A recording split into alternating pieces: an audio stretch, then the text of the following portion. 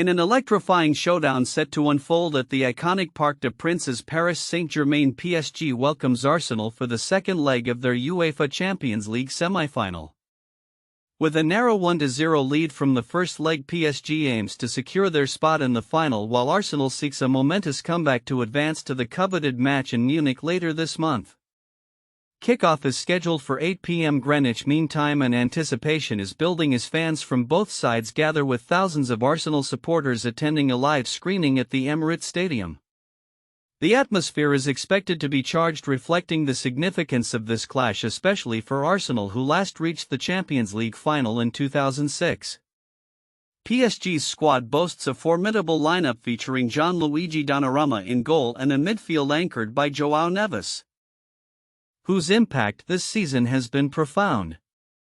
Neves has made a remarkable 51 tackles in the Champions League, more than any midfielder since Arturo Vidal in the 2014-2015 season.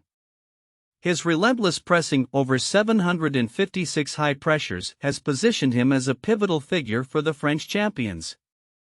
Arsenal under manager Mikel Arteta fields a team eager to overturn their first leg deficit.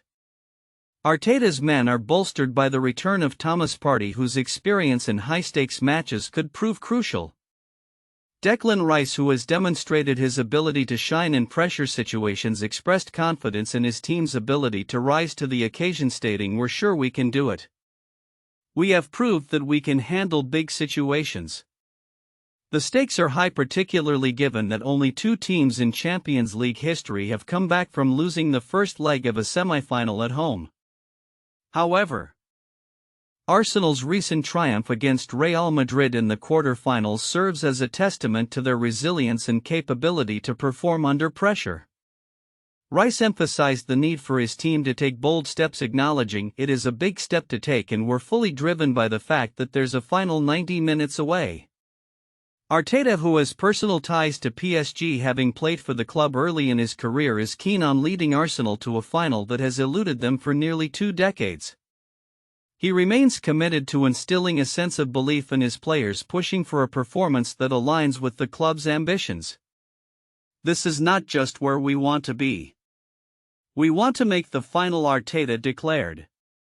Despite both teams experiencing mixed results in their domestic leagues leading up to this match, the focus will undoubtedly be on the Champions League. PSG's recent struggles in League One, including a disappointing loss to Strasbourg, have shifted their focus entirely to this pivotal encounter. Similarly, Arsenal's recent form, including a loss to Bournemouth, underscores the urgency for improvement. As the match approaches, both sides are acutely aware of the historical context. PSG is seeking to erase the memory of their only previous final defeat in 2020 against Bayern Munich, while Arsenal aims to capture their first Champions League title after falling short in their previous final appearances. With tactical nuances and player performances poised to dictate the outcome, fans worldwide will be watching closely. As the clock ticks down to kickoff, one question looms: will Arsenal defy the odds and stage an unforgettable comeback, or will PSG secure their place in the final, setting the stage for a tantalizing showdown against Inter Milan? The answer awaits in Paris. As the Premier League season heads into its final stretch, the spotlight is not only on the pitch but also on the financial dynamics that underscore one of the world's most popular sports leagues. With Championship Sunday fast approaching on May 25, 2025, teams are bracing for the crucial financial payouts that accompany their season performances. The implications of these distributions extend beyond mere numbers. They highlight the competitive landscape of English football and the pressing need for financial equity across the league. Last season, clubs in the Premier League raked in between £175.9 million, approximately $228 million for the league champions Manchester City, to £109.7 million, $142.2 million for the last-placed Sheffield United. These figures are derived from various revenue streams, including broadcasting rights and merit payments based on final standings. For instance, Manchester City earned £56.4 million $73.1 million for their title win, while each subsequent team received progressively less, a system that reinforces the competitive gap between the top and bottom teams. A closer look at broadcasting revenue reveals that in the previous season each club received an average of £86.7 million $112.4 million from domestic and international rights combined. Additionally, central commercial revenue shared among all clubs amounted to another £8.2 million $10.6 million, underscoring the financial stakes involved. Clubs like Arsenal received significant boosts through their visibility, with additional revenue resulting from being featured on television more frequently than others. While the financial rewards of success can be substantial, the Premier League faces pressures to ensure that these revenues are distributed more equitably, particularly in light of the impending establishment of an independent regulator. David Cogan, the government's preferred candidate for this role, has emphasized the urgency for the Premier League and the English Football League (EFL) to reach a redistribution agreement within the next 18 months. Cogan's vision prioritizes the financial health of the entire football pyramid, advocating for a system where clubs at all levels can thrive rather than risking their sustainability due to financial disparities. As this regulatory framework takes shape, clubs are also navigating the shifting tides of managerial changes. Recent reports indicate that Tottenham Hotspur is eyeing Fulham's Marco Silva as a potential replacement for Ange Postecoglou amid speculation surrounding the latter's future.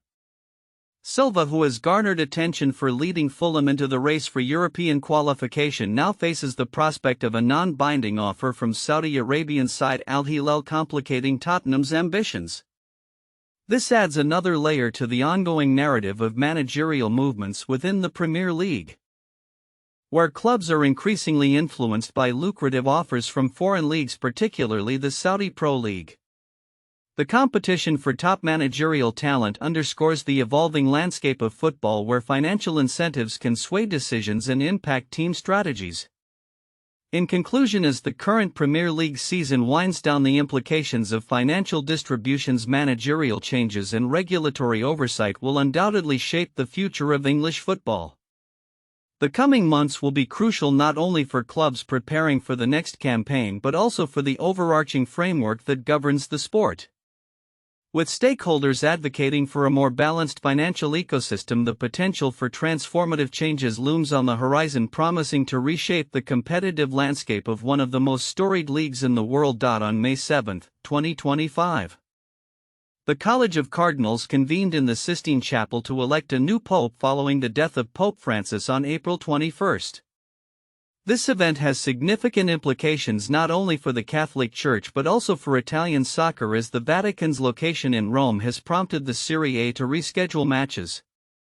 The postponement is a reflection of the expected influx of pilgrims and visitors to the city for the papal conclave, which may also impact upcoming games, including a high-stakes match between Lazio and Juventus scheduled for Saturday.